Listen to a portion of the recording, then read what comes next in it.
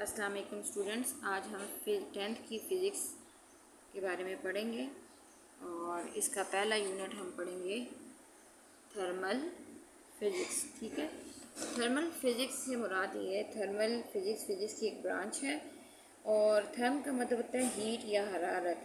اس chapter میں ہم حرارت اور ٹمپریچر، یہ جو ہماری ڈیلی لائف میں اس کا بہت بڑا کردار ہے، اس کے بارے میں ہم پڑھیں گے کہ حرارت کیا ہوتی ہے، پھر حرارت کا کم زیادہ ہونا یا اس کی میئرمنٹ. ٹھیک ہے، وہ ہم پڑھیں گے.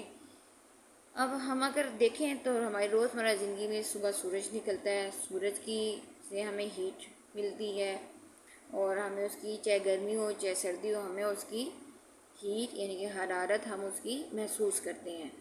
اسی طرح ہم گرمیوں میں جو ہیں ٹھنڈے مشروب پیتے ہیں، کولڈ ڈرنکس پیتے ہیں، اور اس طرح سردیوں میں خود کو گرم رکھنے کے لیے ہم چائے پیتے ہیں، کافی پیتے ہیں یا کوئی بھی قہوہ وغیرہ پیتے ہیں، کوئی بھی گرم ڈرنک پیتے ہیں. تو ان ساری چیزوں کو ہم اپنی ڈیلی لائف میں جہاں بھی دیکھیں، جس طرح ہم گرمیوں میں ایئر کولر استعمال کرتے ہیں، اے سی ایئر کنڈیشنر استعمال کرتے ہیں، ایئر کنڈیشنرز ہوتے ہیں، اسی طرح ہم ہیٹر استعمال کرتے ہیں. اسی طرح ہم لوگ جو اب ہمارے گھروں میں عام آپ دیکھیں کہ پنکھا ہوتا ہے اور وہ کس مقصد کے لیے ہوتا ہے. پھر آپ یہ دیکھیں کہ جو فریج آپ کے گھر میں ہے وہ ہے.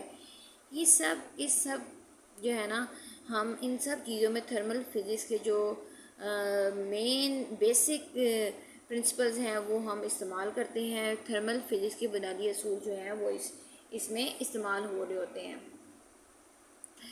تھرمل فزکس ہمیں یہ بات سمجھنے میں مدد دیتی ہے کہ کس طرح ہیٹ جو ہے یعنی کہ حرارت ایک باڈی سے دوسری باڈی میں منتقل ہوتی ہے، یعنی کہ ایک جسم سے دوسرے جسم میں کس طرح وہ ٹریول کرتی ہے.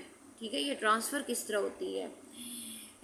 اسی طرح کہ باڈیز کا جو ٹمپریچر ہے وہ کیسے کم ہوتا ہے اور کیسے بڑھتا ہے، یہ ہم سارا کچھ اس میں تھرمل فزکس میں پڑھتے ہیں.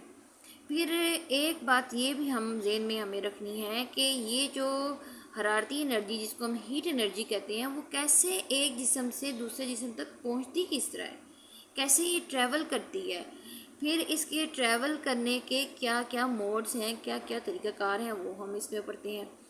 فزکس کی اس شاخ میں ٹمپریچر، پھر اس کے جو انرجی کا انرجی یعنی کہ آپ کہہ سکتے ہیں تھرمل انرجی کہہ سکتے ہیں، ہیٹ انرجی کہہ سکتے ہیں، یہ کیسے ایک جسم سے دوسرے جسم میں منتقل ہوتی ہے، ٹرانسفر ہوتی ہے، کیسے یہ جاتی ہے. پھر آگے سے اس میں ہم مختلف ٹرمز ہیں جو ہم اس میں ہیٹ سے متعلق مختلف ٹرمز ہیں جو کہ ہم اس چیپٹر میں پڑھیں گے.